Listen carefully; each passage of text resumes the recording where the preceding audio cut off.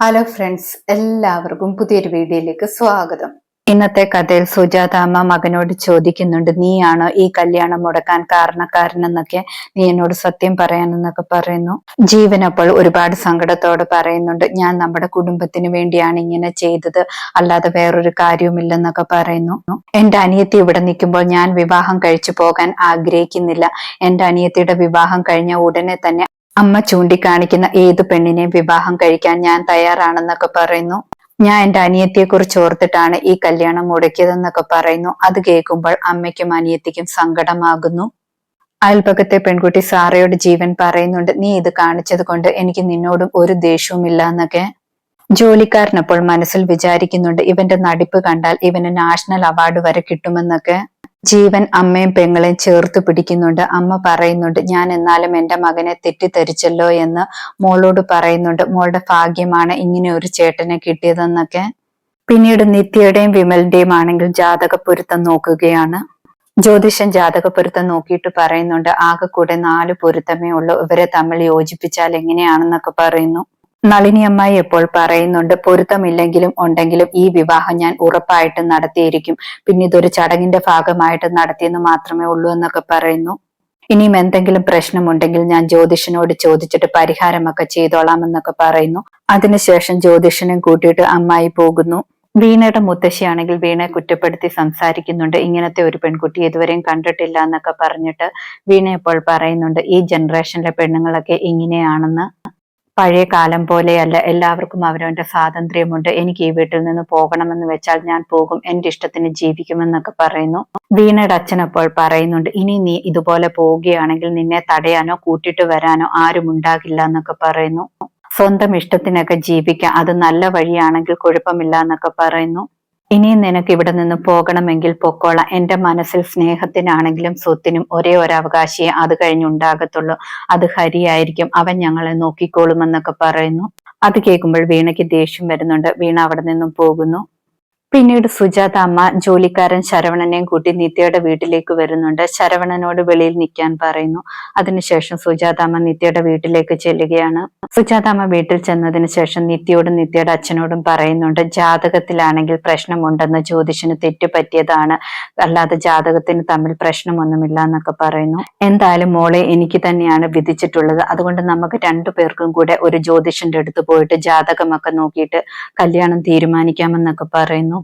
നിത്യ അപ്പൊ സങ്കടത്തോടെ പറയുന്നുണ്ട്, ഈ വിവാഹം നടക്കത്തില്ലമ്മേ, എന്റെ വിവാഹം ഓൾറെഡി തീരുമാനിച്ചെന്നൊക്കെ പറയുന്നു. സുജാതാമ്മ ചോദിക്കുന്നുണ്ട്, ഇത്ര പെട്ടെന്നോ എന്നൊക്കെ. അച്ഛൻ അപ്പോൾ പറയുന്നുണ്ട്, നളിനിയുടെ മകനുമായിട്ടാണ് വിവാഹം തീരുമാനിച്ചിരിക്കുന്നതെന്നൊക്കെ. അതേസമയം ശരവണനാണെങ്കിൽ വിമലിനെ കാണുന്നുണ്ട്. വിമൽ ശരവണനോട് പറയുന്നുണ്ട്, എന്തിനാണ് വീണ്ടും ഇങ്ങോട്ട് വന്നിരിക്കുന്നത്, എന്റെ നിത്യയുടെ വിവാഹം തീരുമാനിച്ചിരിക്കുകയാണെന്നൊക്കെ പറയുന്നു. എന്റെ അമ്മയ്ക്ക് കുറെ പൈസ കൊടുക്കാനുണ്ടായിരുന്നു, ആ പൈസ കൊടുക്കാൻ പറ്റാത്തത് കൊണ്ടാണ് വിവാഹം തീരുമാനിച്ചിരിക്കുന്നതെന്നൊക്കെ ശരവണനോട് പറയുന്നുണ്ട്. ശരവണൻ അപ്പോൾ പറയുന്നുണ്ട്, സുജാത അമ്മ നിത്യയുടെയും മകന്റെയും വിവാഹം ഉറപ്പിക്കാൻ വേണ്ടി വന്നതാണെന്നൊക്കെ. ശരവണൻ അപ്പോൾ പറയുന്നുണ്ട്, അതൊന്നും നടക്കത്തില്ല എന്ന്. ആ സമയത്ത് നളിനി അമ്മായും അവിടേക്ക് വരുന്നുണ്ട്. നളിനി അമ്മായി ഉടനെ തന്നെ നിത്യയുടെ വീട്ടിലേക്ക് ചെല്ലുന്നു. അതിനുശേഷം പ്രശ്നമുണ്ടാക്കുകയാണ്. സുജാത അമ്മയോട് ഇപ്പൊ തന്നെ വീട്ടിൽ നിന്ന് ഇറങ്ങണമെന്ന് പറയുന്നു. നിങ്ങൾ എന്തിനാണ് വീണ്ടും വന്നതെന്നൊക്കെ ചോദിക്കുകയാണ്. സുജാതാമ്മ ഇപ്പോൾ പറയുന്നുണ്ട്, കുട്ടികളുടെ ജാതകം ആദ്യം ചേരില്ലെന്ന് ജ്യോതിഷന് തെറ്റുപറ്റിയതാണ്, ഇപ്പൊ ചേരുമെന്നറിഞ്ഞു, അതുകൊണ്ട് വന്നതാണെന്നൊക്കെ പറയുന്നു. നളിനി അപ്പോൾ പ്രശ്നമുണ്ടാക്കുകയാണ്, അതൊന്നും നടക്കത്തില്ല, ഇപ്പൊ തന്നെ ഇറങ്ങണമെന്നൊക്കെ പറയുന്നു. നളിനി അമ്മായി അവിടെ നിൽക്കുന്ന നാട്ടുകാരോടെല്ലാം പറയുന്നുണ്ട്, ഈ സ്ത്രീ ആണെങ്കിൽ ചുമ്മാതെ പ്രശ്നമുണ്ടാക്കാൻ വന്നതാണ്, കല്യാണാലോചനയുമായിട്ട് വന്നതാണ്, ആദ്യം ചേരില്ല എന്ന് പറയും, പിന്നെ ചേരുമെന്നൊക്കെ പറയും, ഇവര് വലിയ പ്രശ്നക്കാരിയാണെന്നൊക്കെ പറയുന്നു. സുജാതാമ്മ അപ്പോൾ പറയുന്നുണ്ട്, എന്റെ മകനുമായിട്ട് നിത്യയുടെ വിവാഹം തീരുമാനിക്കാൻ വേണ്ടി വന്നതാണ്, നിത്യ പറഞ്ഞാലേ ഞാൻ ഇവിടെ നിന്ന് പോകത്തുള്ളൂ എന്നൊക്കെ പറയുന്നു. നിത്യ സുജാതാമ്മയുടെ അടുത്തേക്ക് വരുന്നു. അതിനുശേഷം കയ്യിൽ പിടിച്ചിട്ട് സങ്കടത്തോടെ പറയുന്നുണ്ട്, അമ്മ ഇവിടെ നിന്ന് പോകണം, എന്റെ വിവാഹമാണെങ്കിൽ ഉറപ്പിച്ചു വെച്ചിരിക്കുകയാണ്, ഇനി അത് മാത്രമേ നടക്കത്തുള്ളൂ, ഇതെന്റെ വിധിയാണെന്നൊക്കെ പറയുന്നു. സുജാത അമ്മ നളിനിയോട് പറയുന്നുണ്ട്, നിങ്ങൾ എന്തോ ഭീഷണി മുഴക്കിയാണ് ഈ വിവാഹം സമ്മതിപ്പിച്ചു വെച്ചിരിക്കുന്നത്, എന്തായാലും തൽക്കാലം ഞാൻ ഇറങ്ങുകയാണ്, ദൈവം തീരുമാനിച്ചിരിക്കുന്നത് എന്താണോ അത് മാത്രമേ നടക്കത്തുള്ളൂ, അല്ലാതെ ആരെന്ത് ഭീഷണിപ്പെടുത്തിയാലും അതൊന്നും നടക്കില്ല എന്നൊക്കെ പറയുന്നു.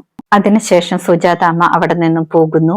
സുജാതാമ്മയും ശരവണനും കാറിൽ പോയിക്കൊണ്ടിരിക്കുന്ന സമയത്ത് ശരവണൻ പറയുന്നുണ്ട് ഈ പെൺകൊച്ചിന്റെ വിവാഹം അവനുമായിട്ട് ഉറപ്പിക്കാൻ കാരണം പണം കൊടുക്കാൻ എന്തോ ഉണ്ട്, അതിന്റെ പേരിലാണെന്നൊക്കെ പറയുന്നു.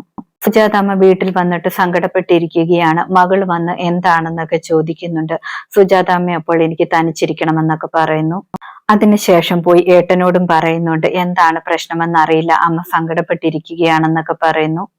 ജീവൻ അപ്പോൾ പറയുന്നുണ്ട് അമ്മയെ കുറച്ചു നേരത്തേക്ക് തനിച്ചു വിടാനെന്നൊക്കെ. ജീവൻ അമ്മയുടെ അടുത്ത് വന്നിട്ട് പുറത്തു വരെ പോകേണ്ട ആവശ്യമുണ്ടെന്ന് പറഞ്ഞിട്ട് ബൈക്കിൽ കയറി പോകാൻ തുടങ്ങുന്നു.